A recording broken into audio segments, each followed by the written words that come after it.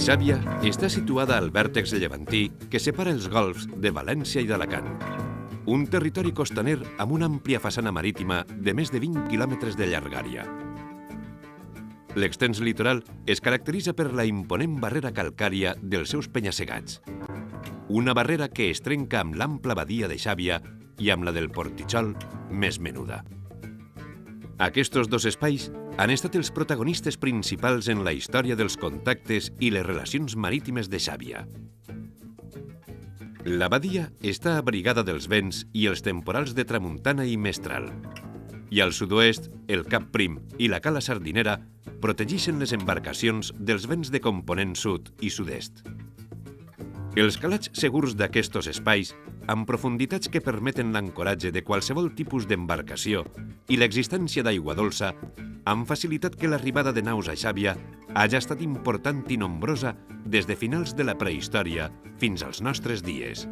Els testimonis més antics de contactes amb altres cultures localitzats a la costa de Xàbia es remunten a finals del segle VIII o principis del VII abans de la nostra era.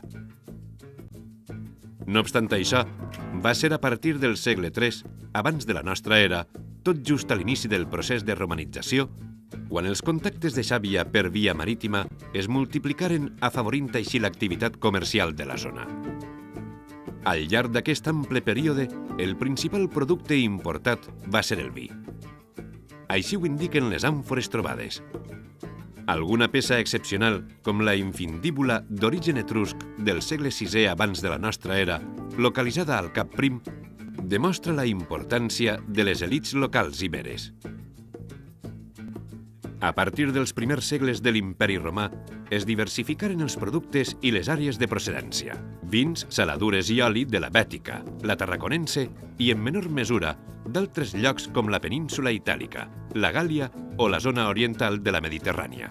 Entre els segles III i IV, el principal producte que va arribar a les nostres terres va ser l'oli, si bé en aquest moment provenia del nord d'Àfrica, sobretot.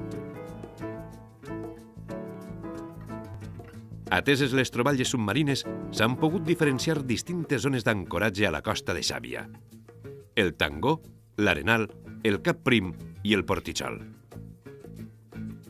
El Tangó és la zona més rica en troballes i amb una utilització més dilatada en el temps des de les primeres intervencions realitzades el 1986. No és casualitat, doncs, que l'actual port pesquer i esportiu s'ubiquen en aquest lloc. Aquesta àrea ocupa una superfície aproximada de 100 hectàrees, amb un fons d'arena, fangs i posidònia i, en menor mesura, de pedra i roca, on s'han recuperat 4 ceps de plom d'àncores d'època romana i una banya de plom d'una embarcació del mateix període. L'Arenal correspon a l'àrea central de la badia, una zona propera a la platja on les embarcacions fan aiguada. Té una superfície aproximada de 100 hectàrees amb un fons d'arena i roca. No en són moltes les troballes realitzades a aquesta zona, la majoria d'època antiga i medieval andalusina. El Cap Prim ocupa l'extrem sud de la badia, una àrea d'unes 80 hectàrees amb fons de roca, arena i algues. Es tracta d'una zona rica en troballes.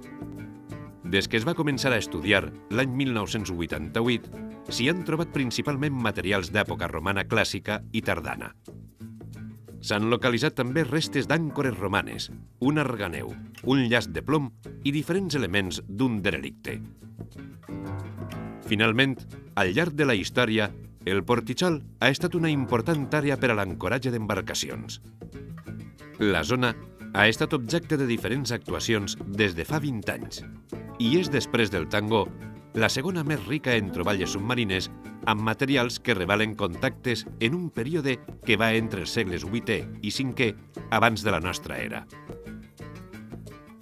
A hores d'ara, la costa de Xàbia està ben poblada i les seues platges són visitades per habitants d'arreu del món que venen a la cerca de la seva bellesa i del seu clima. El decurs dels anys i la humanitat segueix canviant la seva fisonomia i els usos de les seues cales, però sempre amb la mar com a testimoni d'excepció de la seva història.